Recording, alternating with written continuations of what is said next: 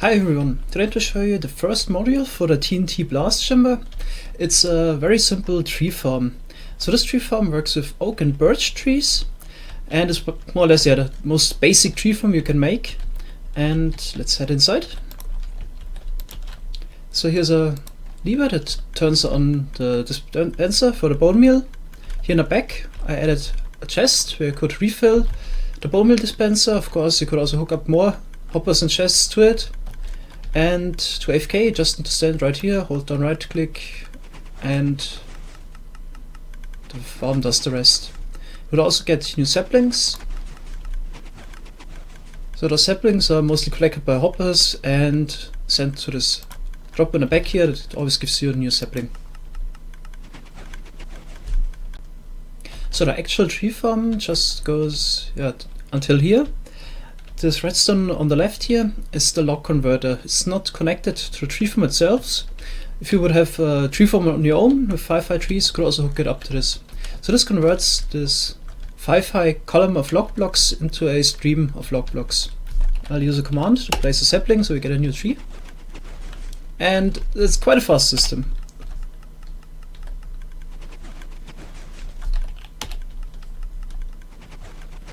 Okay, in this demonstration module I just get rid of the logs with the command block. Normally you would hook up the stream to a TNT blast chamber. So this is the TNT blast chamber I showed in the last video. Here we have the stream of log blocks and it gets sent into the system. So in case you haven't seen my last video, this is a really efficient TNT blast chamber. It breaks 210 blocks per TNT and you get back 99.7% of the items. I'd recommend to check out the TNT blast chamber as well. Of course, you could also hook up this tree farm to a wizard cage, then you just need a different log converter. Before I start with the tutorial, I want to talk about this tree farm a little bit in general. So this farm works best with oak and birch trees. It works better with oak than with birch because it only allows trees to grow 5 high. Birch trees could grow 5 to 7 high, so the attempts to grow 6 to 7 high are aborted. That's why you also need more bone meal for birch trees, and since it takes longer to grow the trees, you also get less logs per hour. So with oak you get 6,400 logs per hour, and with birch you get 4,400 logs per hour. And if you just need some logs for chests or pistons or whatever, then I would recommend it to use oak trees. I'll also show another tree farm soon for this TNT blast chamber, a universal tree farm that would also work with spruce, jungle and acacia. I guess it would take me 1 or 2 weeks more until I show it. So this is at the moment one of the most basic tree farm designs. Similar concepts have been shown before. I also made similar concepts before, but because of the constant changes to Minecraft that have been broken, you wouldn't get enough saplings back. So this is really optimized version now to get enough saplings back. And the wiring is quite simple. So here we have a comparator. It will turn on once the log grows because it takes the output from the inventory of the dispenser. Powers this redstone dust here. Here we have a zero-tick pulse generator that would activate twice. And then we just push in the logs and also logs here. So you need logs on the outside because logs or dirt blocks don't obstruct tree growth. If you would use an iron block instead, then your trees wouldn't grow or would take a lot longer to grow. So that's why you need log blocks on the side here. Could also use dirt instead. So this piston layout for tree farm has been around for a while. And it worked fine until 1.8. So in 1.9 the item physics changed. If you would squeeze items, they would get a lot of momentum and a lot of the saplings would just fly out to the side, land on the roof or whatever, and you wouldn't get enough saplings and would run out sooner or later. So in 1.9 and 1.10 this piston layout for a tree farm wouldn't work at all. But in 1.11 the item physics changed again, but it's not like in 1.8. In order to collect enough saplings with this simple design, I power the pistons here in the back with full blocks, which are the observers. Also here I placed down some glass blocks so it's closed. If you would try to power the pistons in the back here just with a redstone dust line like this, then a lot of the saplings would land in the wiring and the only way to collect them would be with hopper minecarts. but it's simpler to use observers instead because they're full block, and a lot of saplings would now land on top of the pistons here. That's why I have this water stream on top. So the saplings would be flushed down and collected by the hopper and transported back to the player. And that's why this piston layout would work fine without enormous effort to collect saplings.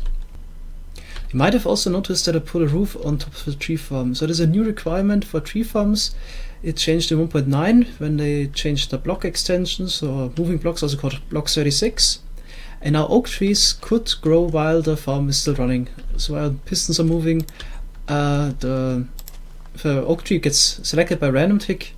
A new tree could grow, and of course, while the farm is still running, this could mess up a lot of timings because this comparator gets activated again and so on. And in order to prevent it, just put a roof on top to prevent scarlet access.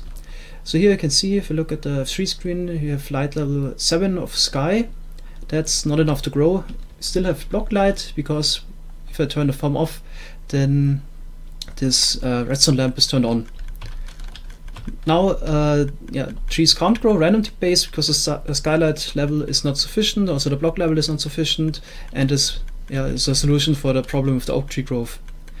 This only applies to oak trees. If birch trees, we wouldn't have this problem. But when you turn the farm back off, then you have at least light level 8 everywhere inside of the tree farm chamber. So as you can see, light level 8. So you're not surprised by, I don't know, spawning creeper in here. So if you would enter your tree farm the next time, you're guaranteed you don't have any creepers in there. Also, low light level is of course beneficial for lag reducing, because you get a lot of light updates if you move solid blocks around and have a light source nearby. That's why it's also good that the light source is turned off. Of course, with the player's presence, within 24 blocks no new mob would spawn.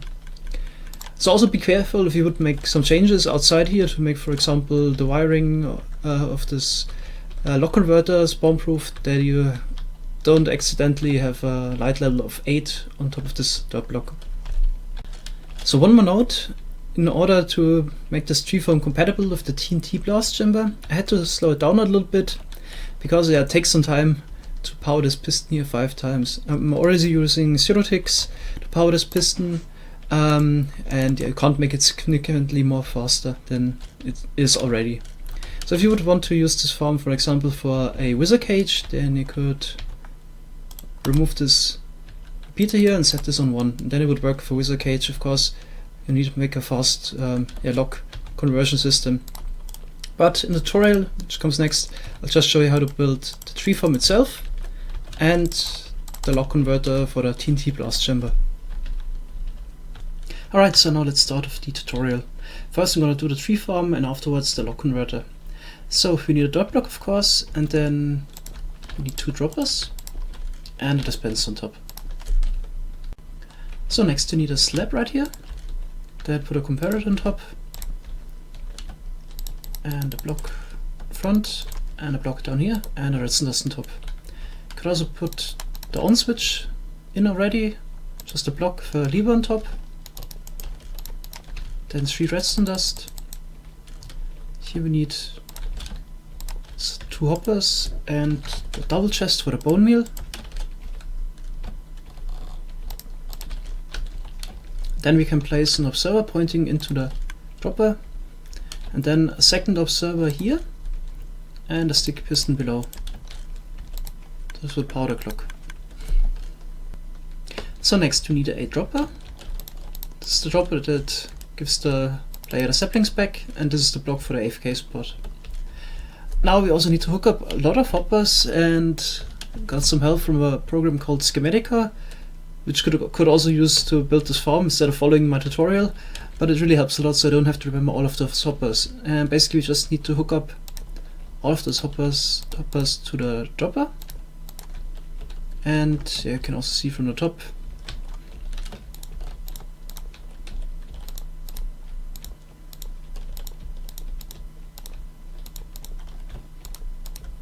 like this. So now we'll do the piston layout. We'll start with the leaf crushers. So here need some blocks. I use glass, but I could use any block really. And then observers on top. And those observers would power all of those sticky pistons. Except here you need a normal piston. And then again, observers, sticky pistons, and a normal piston in front.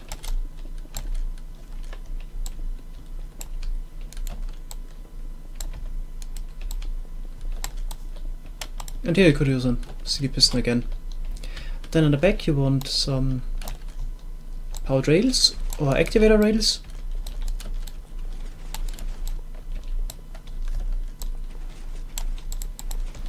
And now we could add the logs in front. You could also use dirt, but Enderman could steal that. So I would recommend to use logs.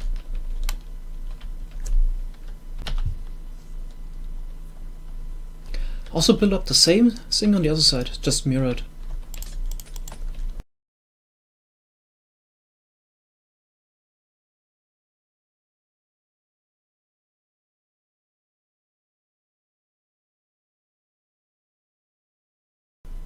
Now let's add the double piston extender for the tree pushing. So 5 high double pistons. Then here in front you need more logs or dirt. Then you need some observers every second block. And in front of those another log or dirt block.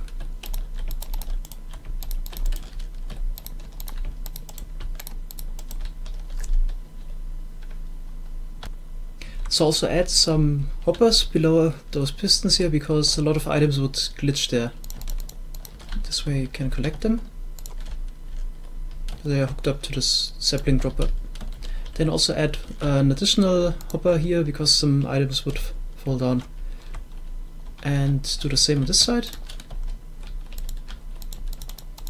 Yeah, like this. Now let's add the rest of the wiring. So coming from the comparator powers this block here and the redstone dust, we'll add 2 repeaters on 2 ticks. Then you need a sticky piston right here, then you put sand and gravel on top. Here another block and downwards facing piston and redstone dust on top. In front of those observers here on the left, put some droppers. Doesn't matter which direction they face, just need to propagate the signal to the observers. And then you need a slab tower. And put dust on top. So here also need 1 more block. And piston front, this takes out 1 more leaf block to get saplings back. Then need to power this here in the back, so just need another slab, block on top, redstone dust, and connect it to this one here. Then you need more observers, pointing that direction, and here we also need to power this. I guess we do it like this, yep.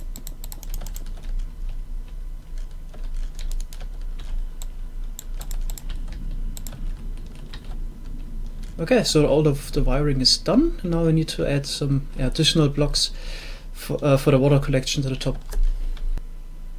But first let's close off the tree farm chamber, so this would keep some saplings inside. Yeah, so I use glass blocks, but again I could use any other block. Here we leave a gap open so the logs can pass through. And here I placed the door, could also do that. So you have a sealed off entrance, in case you didn't make everything spawn proof. Okay.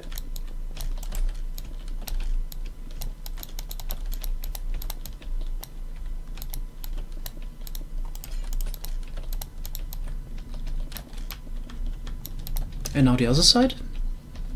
So here I also close those gaps, so the saplings can't land here. Also this one.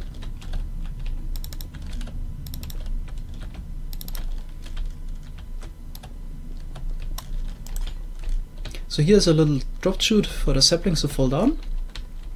That's why I need to keep this open.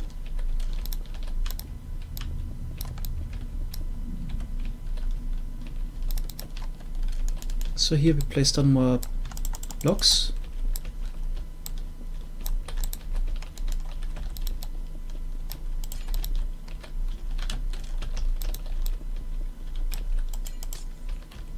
And then you need a sign which stops the water flow here and there, and then another 2 signs here, because oak trees could actually generate leaves there, and then the saplings that get flushed down would land on the leaves, and you could use a string instead since you already have the signs. Okay. Oh, my random tick speed is still quite high. Okay. Okay, now we need the roof on top. Of course, if you build this farm underground, then you don't need it, obviously. Okay.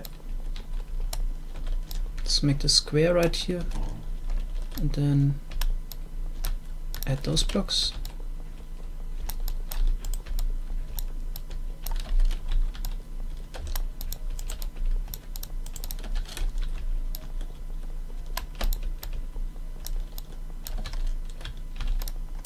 And let's fill this up.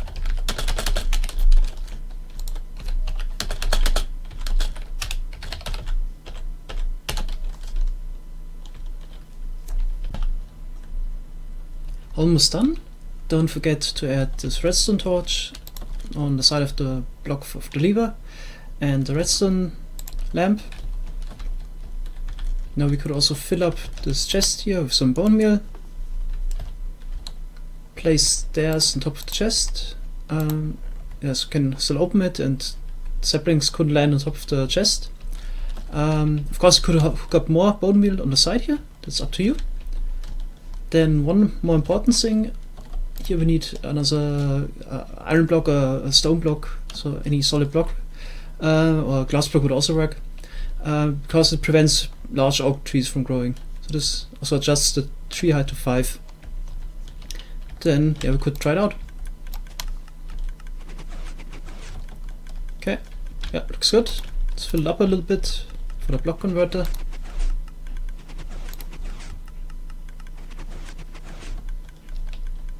Okay. Alright, so the actual tree farm is done. Now I'll show you the 5-1 log converter. Technically you could go one closer, so we have the logs sticking out too, but yeah, I think it's fine if you build it up here. So next I'm gonna show you how to build the super speed bot. There's a bot that can reset in 3 game ticks. Shot this a while ago. Technically you could also link you to the other video, but I'll just do a new tutorial for it. You need a block, redstone dust at the bottom here. Then here we need comparators and an inventory in the back. So the comparator would give out single strength 7. So I'll just put in a stack and 24 items in the furnace, but you could also use whatever, jukebox with the corresponding record. You just need single strength 7 as output. Okay. Here we go up like this and over. How this piston and over here. So here we need a slab, another piston. So basically the single strength can't reach that, but if this block gets powered, then we can reach that. So again, one more block here, then this prevents it from connecting. Redstone dust, come on. And wire it up like this. And now I can add the redstone block right here, and the super speed bot is done. So now we just need 2 more double piston extenders. Here we need observer pointing downwards, a block and a dropper, then another observer, again a block, then here we put sticky piston on top and a normal piston, another dropper, 2 observers and a block. Then all that's left to do is add a repeater on the 3 ticks. you can see the double piston extender. So go around to the other side, and then we take an output from the 4th lock. It's not from the 5th lock because oak trees could sometimes just grow 4 high, and then the 5th lock doesn't get moved, you don't get any signal. So here we need block and piston on top, cauldron of water, then a comparator, and here we need a block, and this repeater is on 3. How's the sticky piston, and here we have a normal piston.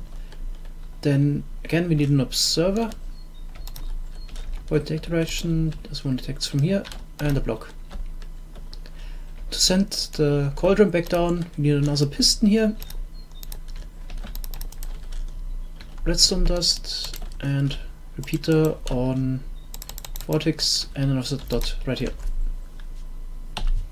Okay, so we're finished here, so we can check it out. Plant a sapling,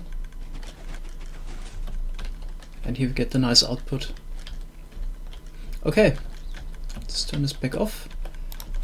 And you're done here with the tutorial. If you want to hook this up to the TNT blast chamber, you could follow my tutorial for the TNT blast chamber. So basically this would be your output stream, and then you can start from here. That's where I start the other tutorial. Okay, thanks a lot for watching. Hope this is useful for you. Have a nice day. Bye bye.